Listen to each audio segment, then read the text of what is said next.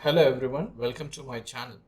Today we discuss The Adventures of Toto by Ruskin Bond. About the author, Ruskin Bond was born 19 May 1934. He is an Indian author of British descent. He lives with his adopted family in Landover, Missouri, India. The Indian Council for Child Education has recognized his role in the growth of children's literature in India. He was awarded the Sahitya Academy Award in 1992 for Our Trees Still Grow in Dekra, his novel in English. He was awarded the Padma Shri in 1999 and the Padma Bhushan in 2014. A famous Indian author of British descent. So here the lesson, The Adventures of Toto, and its theme. This is based on the experiences of people who keep animals as pets. The theme thus deals with the outcome of the interaction between humans and animals. It shows that not all animals can adapt themselves to the human way of life. It requires a great deal of patience and skill to train animals to acquire non destructive behavior. It also tells us that we should respect animals and keep them in comfort. Introduction to the lesson. This is a humorous and adventurous story of a naughty monkey named Toto. The monkey's name Toto. The writer's grandfather bought the monkey from a Tonga driver. The pranks played by Toto have been narrated in an interesting way and make the story a must read for us.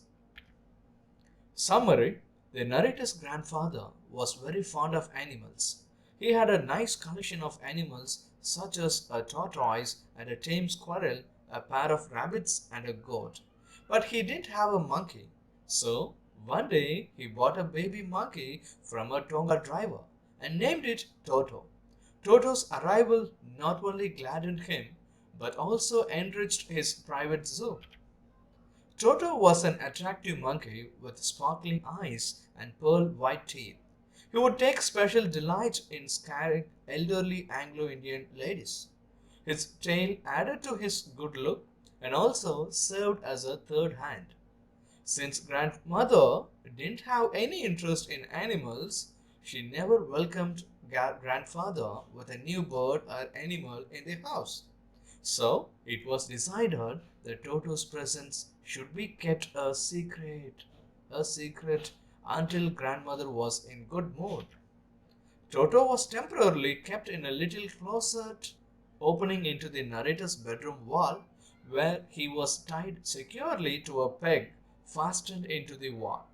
Being mischievous by nature, Toto began to create a nuisance from the very first day. He removed the ornamental wallpaper, pulled out the peg, and tore off the narrator's blazer. Grandfather was quite happy to see Toto's performance. Toto was now transferred to a big cage in the servants' quarters where grandfather's other animals lived together. But Toto would create troubles for them. He didn't let them sleep peacefully. His pernicious activities were increasing day by day. So, when grandfather had to go to Saharanpur to collect his pension, he carried Toto with him in a big black canvas kit bag. Since there was no opening in the bag to allow his hands or face to come out, he would often jump inside the bag, making the bag roll about on the floor of the Dehradun railway platform. On reaching Saharanpur, Toto was caught by the ticket collector who classified him as a dog, so that grandfather had to pay for his Toto's fare. When Toto was finally accepted by grandmother, he was then shifted to the stable where Nana, the family donkey, lived. But Toto continued teasing her, as a result of which they could never become friends. In the winter season, Toto enjoyed having a warm bath. He would pretend to be selfish, and before starting his bath, he would check the temperature of the water.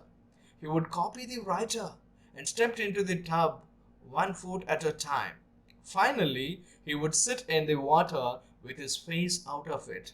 Then he would rub himself with soap, When the water became cold, he would run out of it to the stove in the kitchen in order to dry himself. Toto got annoyed if he was laughed upon. He would get hurt and then refuse to take bath. The writer recollects an incident when Toto had almost boiled himself. One day, he nearly succeeded in boiling himself alive by jumping into a large kitchen kettle that had been left on the fire to boil for tea. It was grandmother who came to his rescue and saved him. The writer recollects another incident when Toto created a lot of mischief. At lunchtime, a dish of rice was placed on the dining table. When the family reached to eat, they found Toto eating it. The writer's grandmother screamed at Toto, and in response, he threw a plate at her. When the aunts tried to catch Toto, he threw a glass of water in their face. When the grandfather arrived, Toto left the place through a window with a dish of rice along with him. Toto remained out the entire afternoon. He sat on a branch of the jackfruit tree, determined to eat all the rice. As the grandmother had screamed on him, he wanted to annoy her further, and so, after eating the rice, he threw the dish. It broke into several pieces. Toto continued his antics by tearing clothes to shreds, breaking plates and other utensils. Everyone in the family got fed up with his mischievous activities. Even grandfather began to think seriously about him, and finally he took a hard decision to get rid of the monkey. He found the Tonga driver and sold Toto back to him for only 3 rupees.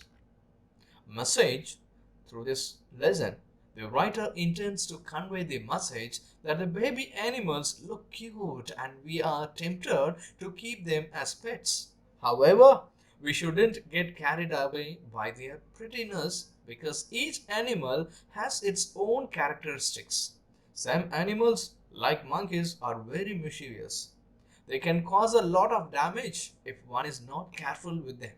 So, one should not keep animals as pets unless one has adequate information and skill to train and handle them.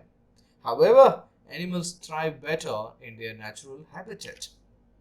New words and phrases from this text you can find: Tonga means horse cart, scooping up, lifting, peg, a hook, ornamental, decorative, wrenched, broke, socket, attachment, shreds, cut into thin slices, a board, home, annoyance, to anger someone, quadruped, an animal which has 4 feet. To get his own back, it's an idiom to take revenge. Prodded, pushed, halter, a strap or loop placed around the head of a horse or other animal, used for leading or tethering. Haunches, back, halt him, pulled him out. Spite, a desire to hurt, annoy or offend someone. Chatter, the sound made by the monkey. Docile, ready to accept instruction. And I have given few sample questions. Also, you can go through it. Thank you. We'll meet again.